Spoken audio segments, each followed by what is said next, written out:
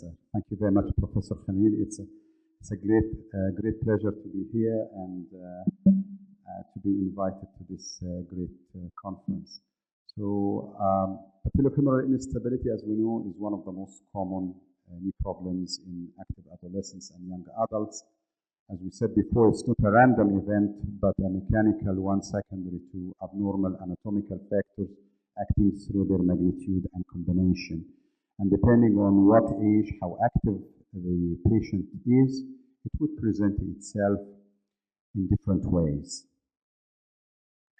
As far as I'm concerned, as I got engaged in patellofemoral practice as part of my wider knee practice, I see these patients as, depending on the presentation, could be macro instability, those presenting with acute or recurrent frank episodes of dislocation, or micro instability. In these patients, the underlying pathology is not severe enough to destabilize the joint, but nevertheless it will cause them recurrent episodes of pain or vague mechanical symptoms like buckling or catching. And finally, patellofemoral mechanical incongruity. Sometimes the underlying bony pathology of the patellofemoral joint is not severe enough to mechanically destabilize the joint. However, it can cause it to be mechanically incongruent, presenting later in life with degenerate PFG and knee pain. Talking first about the macro instability, it could be unidirectional or multidirectional, either lateral instability, which is the most common, or medial one.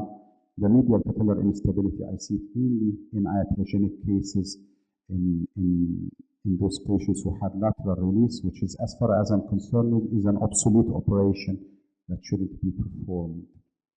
Every time I have a patient with history of patellar dislocation coming into my clinic for my history, I want to find out if they have high risk of recurrence from age, gender, mechanism, level of impairment, both physical and psychological, especially in young females, frequency of instability episodes and level of function in between, and proportion of pain, if any, as part of their presenting symptoms. When it comes to examining these patients, I have these questions in my mind that I need an answer for. Does the patient have an unstable kneecap? I know that from the G-tracking. Is it neuromuscularly compensated? And that I know that from the apprehension test.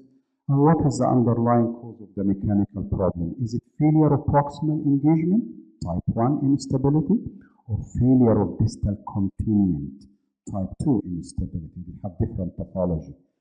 Part of my examination, as Vicente and Lars explained elegantly before, alignment, I look for the alignment of the extensor mechanism in relation to the underlying limb alignment, both in the axial and coronal planes, because they can produce high lateral forces. So I look for femoral and tibial malrotation.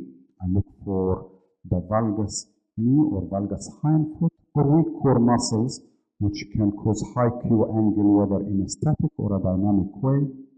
I have to check on the carriage, which is a patella, and if it is high riding, and whether that is true high riding patella or functional from a severe recurvatum.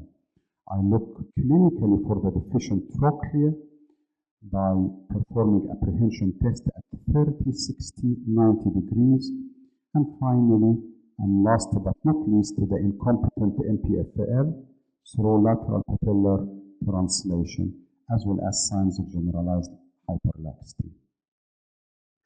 So here we can see on this one, on the left side, it's a dislocation in extension or type 1 instability, while the slide on the right, it shows patient with type 2, which is dislocation in flexion, and that is type 2. It's completely different pathology, and we need to understand that they have to be treated. It's a different pathology which has to be treated differently. Early on, I had, like many other colleagues around the world, we realized that it's a multidisciplinary team approach involving myself as an orthopedic surgeon an MSK radiologist who is interested in patellofemoral disorders, a sports physio. Usually I have an advanced physio practitioner in my clinic, and occasionally psychologist, not in my clinic, but can be referred to especially for some of the young female patients. Radiological assessment is key part for successful management of PFJ instability. You can't manage these patients without a proper, well-informed radiological assessment. We devised the Birmingham protocol, which relies on X-ray as well as MRI, looking for measurements including the Kaplan-Bischamps index, patellotrochlear index. We perform long leg X-ray films if coronal malalignment is suspected, and CT rotational profile. Conservative or operative treatment has to be tailored and patient-specific. Talking about the recurrent instability, for me, I have to decide the management based on the patient age at time of presentation, frequency of instability episodes, and duration in between. And there is a subgroup which I call it recurrent first-time dislocators. Those who dislocate once every few years, and they are perfectly fine in between. I call them recurrent first-time dislocators. Type of instability, as we said, and the underlying abnormality, and of course the local surgical expertise and that we have. My objectives of treatment of those patients is to stabilize the patella, eliminate the patellar apprehension, restore the patient confidence about his or her knee and the ability to go back to active lifestyle, and prevent further damage to articular cartilage. In terms of principles of treatment, an incompetent MPFL is a common denominator, as we all know, present in 95 to 100% of cases.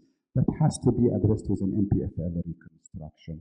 Trochlear dysplasia is common pathology, however, only the severely deformed, bulky one, which would need to be addressed. Patella alta is present in 35% of primary cases and 65% of failed surgery. I tend to see quite few every year coming for second opinion after a failed MPFL reconstruction, and many of them would have an unrecognized patella alta. Abnormal TTTG offset. I haven't done tibial tubercle transfer since 2015. I only performed it as distalization procedure for alta, but I don't do it as medial transfer. And the reason is it's a sign of an underlying abnormality, which could be dysplasia or coronal or axial malalignment, and to be addressed by correcting the underlying problem, if severe in itself, and not by tibial tubercle transfer. Again, lateral patellar tilt of more than 20 degrees is usually a sign of axial malalignment or contracture of the lateral retinacular structures, which I will address with lengthening and not release. Lateral retinacular release, as far as I'm concerned, has no role in modern patellofemoral type 1 instability. It leads to iatrogenic medial instability and pain, but I perform lateral retinacular lengthening in the type 2 instability because lateral retinacular contracture is part of the underlying pathology. Still, early on, I used to scratch my head when I know all these factors together, but I have the patient sitting in front of me in the clinic, and I need to think, what should I offer for that particular patient sitting in front of me?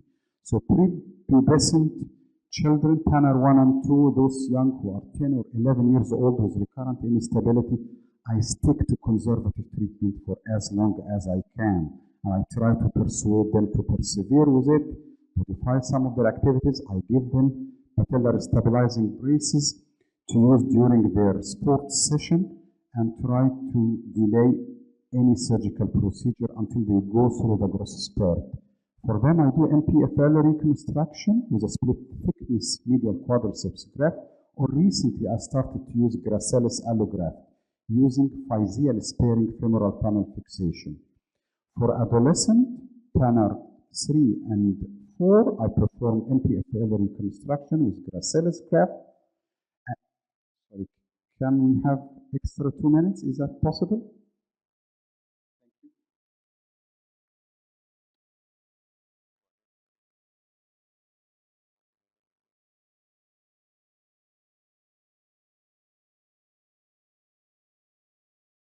So in them, I perform MPFL reconstruction as an isolated procedure or as a stage as part of further bony procedures when the distal femoral epiphysis is closed and the tibial apophysis is closed. For adults, we do the usual Lyon menu a la carte.